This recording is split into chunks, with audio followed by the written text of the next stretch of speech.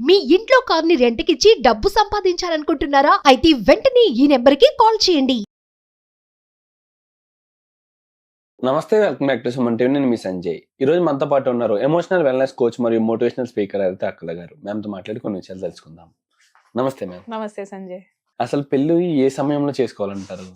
Something ఏదైనా set of టైమా, లేకపోతే ఒక సెటిల్ అయ్యాక అంటారా? అంటే ఈ జనరేషన్లో కొంచెం తక్కువే కదండి. ఒక ముందు జనరేషన్లో చూసుకుంటే ఎగ్జాక్ట్లీ 22 దాటగానే అబ్బాయికి అమ్మాయికి కూడా కంగారు పెట్టేవారు. అమ్మాయికి అయితే 18+ రాగానే కంగారు పెట్టేసేవారు ఇంట్లో. అంటే కంగారు పెట్టడం అంటే ఏ విధంగా అంటే సంబంధాలు చూడడం, కుదిరితే చేసేయడం, అబ్బాయి ఉన్నారంటే పెళ్లి చేసుకోరా అంటే అంటే ఒకప్పుడు అమ్మాయి నిర్ణయం తీసుకునేవారు కాదు, ఇప్పుడు అబ్బాయి నిర్ణయం తీసుకుని చేసేవారు. వీళ్ళ అక్సెప్టెన్సీ ఉండాలి ఖచ్చితంగా పెళ్లి చేయాలంటే. సో చేసుకోరా అని తినేవారు ఇంట్లో. పక్కింటి వాళ్ళు ఏ విధంగా అంటే, చూడు నీతో తిరిగేటోడు మీ బావకు పెళ్లి అయిపోయింది, పెద్దమ్మ గారు అబ్బాయికి పెళ్లి అయిపోయింది, మీ అన్న అవుతాడు, కజిన్ అవుతాడు, నీ ఏజే, చూడు ఇద్దరు పిల్లలు ఉన్నారు, నువ్వు ఉన్నావు, ఈ రకంగా వినిపిస్తూ ఉంటాయి. అందరూ అంటుంటారు, తల్లిదండ్రులు ఏంటి, చుట్టాలు ఏంటి, అందరూ పెళ్లి ఎప్పుడు అని. అసలు పెళ్లి చేసుకోవడానికి సరైన సమయం ఏంటంటారు? ఎవరిని పర్టికులర్ గా నీకు ఇది కరెక్ట్, ఇదే కరెక్ట్, 18 years కల్లా అయిపోవాలి, 22 కల్లా ఫినిష్ అయిపోవాలని ఏం లేదు సంజయ్.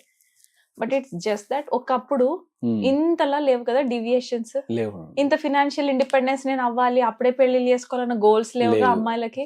అమ్మాయి కంపల్సరీ చదవాలి అని ఏం లేదుగా. అబ్బాయి సంపాదించేటోడు, అమ్మాయి ఇల్లు చక్కబెట్టుకునేది, అంతే కదా.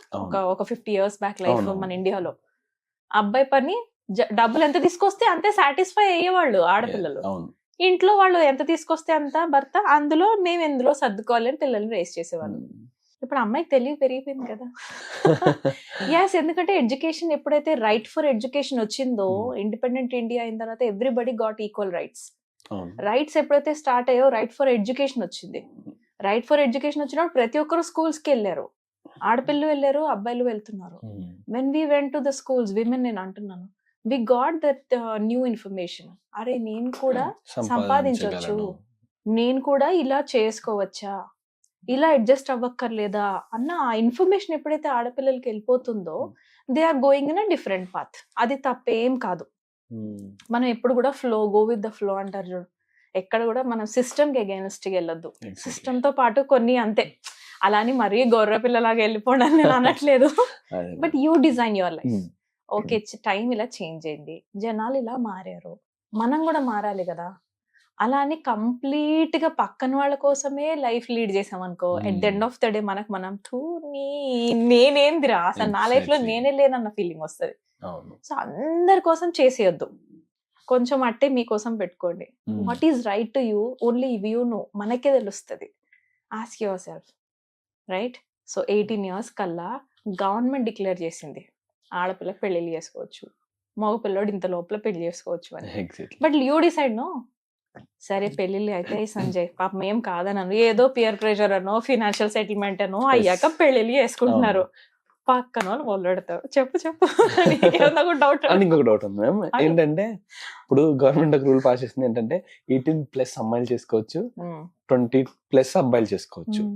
మరి ఎంత ఏజ్ లోపు చేసుకోవాలన్న రూల్ కూడా పెట్టుంటే బాగుండేది. ఇప్పుడు చూసుకుంటే 40 ఏజ్ వస్తుంది, 45 వస్తుంది అబ్బాయిలకి, అమ్మాయిలకి అయితే 30+ వస్తుంది, కానీ ఇంకా పెళ్లిళ్ళు చేసుకోవట్లేదు. డోంట్ లాగ్ టూ మచ్, అదే మిస్టేక్ చేస్తున్నాం. ఎందుకంటే మన హార్మోనల్ చేంజెస్ కి, బయట ఉన్న ఈ ప్లాస్టిక్ ఫుడ్లకి, చివరికి బేబీ ఫీడింగ్ మిల్క్ లో కూడా వచ్చిందంట తెలుసా మైక్రో ప్లాస్టిక్స్. ఆ లెవెల్ ఆఫ్ ప్లాస్టిక్ మొత్తం డామినేటెడ్ సొసైటీ అయిపోయింది. కాబట్టి మనం ఎంత ఎర్లీ ప్రెగ్నెన్సీస్ ప్లాన్ చేసుకుంటే అంత బెటర్. నువ్వు 30+ అయ్యేదాకా నువ్వు వెయిట్ చేస్తే ఫినాన్సెస్ రెడీగా ఉంటాయి. కష్టపడి మహా అయితే ఎంత మనం వెనకేసుకోవచ్చు, ఒక 20 lakhs వేస్తారేమో ఆడపిల్లలు. ఆ 20 lakhs లో మళ్ళీ పెళ్లిలకే 10 lakhs పోతూనే ఉంటాయి, కట్నానికి 5 lakhs వెళ్తాయి, మళ్ళీ పిల్లలు డెలివరీస్ టైంకి ఎవరు పెడతలేరు, మళ్ళీ అలా పెట్టుకుంటున్నారు. చెప్తున్నా, నువ్వు ఇంత కష్టపడి నీ బాడీని అంత 30+ దాకా ప్రెగ్నెన్సీస్ డిలే చేసినప్పుడు, తర్వాత మళ్ళీ నువ్వు ఇదే మనీ యూస్ చేసి నీకు పెట్టుకుంటున్నావు కదా. Instead of that better first plan for your pregnancies. Okay, అలాని మరీ ఇమ్మెచ్యూర్డ్ గా వెళ్ళండి అని నేను అనట్లేదు. ఇంత ఫినాన్సెస్ సరిపోతాయి, కొంచెం మన ప్రెగ్నెన్సీస్ వరకు ప్లాన్ చేసుకొని ఫస్ట్ అది కానీ చేయండి. పిల్లలు పుట్టిన తర్వాత లైఫ్ వద్దన్నా ముందుకెళ్తానే ఉంటుంది. Trust me when I'm telling you this. మనం ఏమనుకుంటారంటే పిల్లలు పుట్టక ముందు, అమ్మో పిల్లలు అంటే పెద్ద కమిట్మెంట్, ఓ మై గాడ్ వాళ్ళ school fees, oh my God first birthday, oh my God వాళ్ళ బారసాల ఫంక్షన్, అన్నప్రాసన ఫంక్షన్, వాళ్ళ ఎడ్యుకేషన్ ఇప్పుడు ఏం తక్కువ అవ్వట్లేదు. కోట్లు. కోట్లు And you know what? Exactly. I was listening to some podcast అంటే రీసెంట్ గా విన్నాను.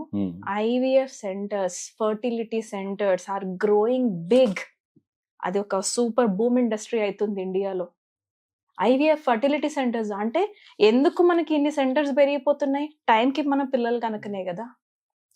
ఆ టైం అంతా దాటిపోయి హార్మోన్స్ అన్ని అయిపోయి అబ్బాయిలు కూడా టెస్టోస్టెరాన్ మంచిగా ఉండే టైం అంతా దాటిపోయి కూర్చొని ఒక సీట్ లో అలవాటు పడిపోయి అదే సిస్టమ్ లో when you're not able to release your sexual hormones, రేపు పొద్దున్న నువ్వు ఏం ఎంజాయ్ చేస్తున్నావు మ్యారేజ్ అయిన తర్వాత? Then they are complaining. ఆయన పర్ఫామ్ చేయడం అనేసి ఈ అమ్మాయి కంప్లైంట్లు చేస్తుంది, ఈ అమ్మాయి ఏమో మెంటల్ గా డిస్టర్బ్డ్ గా ఉంటుంది, ఈ అమ్మాయికి ముందే ఇది ఉంది అని వీళ్ళు చేస్తున్నారు. ఈ ఎలిగేషన్స్ ఉన్నాయి 80% కేసెస్ లో చెప్తున్నా. ఇక్కడ ఎందుకు కొట్టుకొని ఏడవటం? ఫస్ట్ మ్యారేజ్ అంటే మీ కాంట్రాక్ట్ కాదు Sanjay. Again I will go back to this. It is not a contract. Life long ఒకరితోని మనం హ్యాపీగా ఎంజాయ్ చేయడానికి చేసుకునే కమిట్మెంట్ అది. Let's not make that business. ఆ కట్నాలు కానుకలు బ్యాక్ ఎండ్ లో జరిగేవి, ఆ కొట్లాట్లు, ఎంగేజ్మెంట్ లో ఈ పెట్టిపోతలు, మీరు మాకు పెట్టలే, ఇవన్నీ నడుస్తాయి. ప్రతి ఇంట్లో ప్రతి ఫంక్షన్ లోనే నడుస్తాయి. అవి నడుస్తూనే ఉంటాయి నెక్స్ట్ లెవెల్లో కూడా. బట్ మీరు ఎక్కడ ఆపొద్దు. Go for early pregnancies. Just హ్యాపీగా బేబీని కనండి. లేట్ అయ్యే కొద్దీ ప్రెగ్నెన్సీస్ కాంప్లికేటెడ్ గా కూడా అయిపోతున్నాయి. చాలా కాంప్లికేటెడ్ అవుతున్నాయి. బెటర్ 30 లోపలనే ఆడపిల్ల డెలివరీస్ ఇవన్నీ అయిపోవాలా. తర్వాత పిల్లలతో పాటు కెరియర్ ఎక్కడికి పోదు Sanjay. Career is going know where. నేను మళ్ళీ ఆడపిల్లలకి అదే చెప్తా, కెరియర్ ఎక్కడికి పోదు, నీ ఫినాన్సెస్ ఎక్కడికి పోవు. ఇంత ఫినాన్షియల్ ఇండిపెండెంట్ ఉండి కొంచెం చేతిలో డబ్బులు పెట్టుకొని పెళ్లి చేసుకుంటే సరిపోతుంది. మొత్తం నేనే చేసేయాలా, నువ్వే మొత్తం చేస్తే నీ మొగుడేం చేయాలి? మొత్తం ఇంట్లో కూర్చోవాలా? This is what they are doing. ఇప్పుడు ఎలా ఉందంటే మేము యూత్ అంతా సంపాదించేసి జీవితానికి సరిపడా సంపాదించేసి అప్పుడు పెళ్లి చేసుకుంటాం. అది ఎలా ఉంటుంది అంటే నేను రిటైర్ అయిన తర్వాత అన్ని చేసుకుంటానులే అన్న. అలాగే ఉంది నిజంగా. వీళ్ళు సంపాదించి పెట్టుకునే లోపల లైఫ్ అయిపోతుంది. ఇంకా జీవితం అంతా సంపాదించడానికి పెడుతుంటే ఇంకా లైఫ్ ఎక్కడ ఎంజాయ్ చేస్తున్నారు వీళ్ళు? ఎక్కడ అంటే ఇది వరకు తెచ్చేవాళ్ళు కదా, భర్త ఎంత తెస్తే అందులో సంతోషపడే ఆడపిల్ల ఉండేది కదా. సో హస్బెండ్ మీ పెళ్లిళ్ళు చేసుకునే ముందే వాళ్ళకి తెలుస్తుంది కదా మనకి హస్బెండ్ కెపాసిటీ ఎంత, మా మామగారు వాళ్ళది ఎంత ఉంది, మా పేరెంట్స్ ఎంత ఉంది అనేసి. ఫస్ట్ అది ఉన్నందుకు హ్యాపీ ఫీల్ అయ్యి అందులోనే లైఫ్ ని లీడ్ చేయడానికి మైండ్ సెట్ చేసుకున్నాం. తర్వాత bonus, everything else is your bonus. Husband కి ఇంప్రూవ్మెంట్ వస్తే బోనస్, ఓకేనా? అంతేగాని డోంట్ బికమ్ సో గ్రీడీ. నేను మళ్ళీ చెప్తాను, ఐఎమ్ సో సారీ, చాలా మంది ఆడపిల్లలకు నచ్చట్లేదు. నా క్లయింట్స్ అయితే ఒక్కొక్కసారి ఏం మా మీరు అట్లా, but still yeah don't become so greedy. 1 lakh వచ్చినా 1 crore వచ్చినా కూడా హ్యాపీనెస్ ఉండదంట. నీ బ్రెయిన్ అలాంటిది.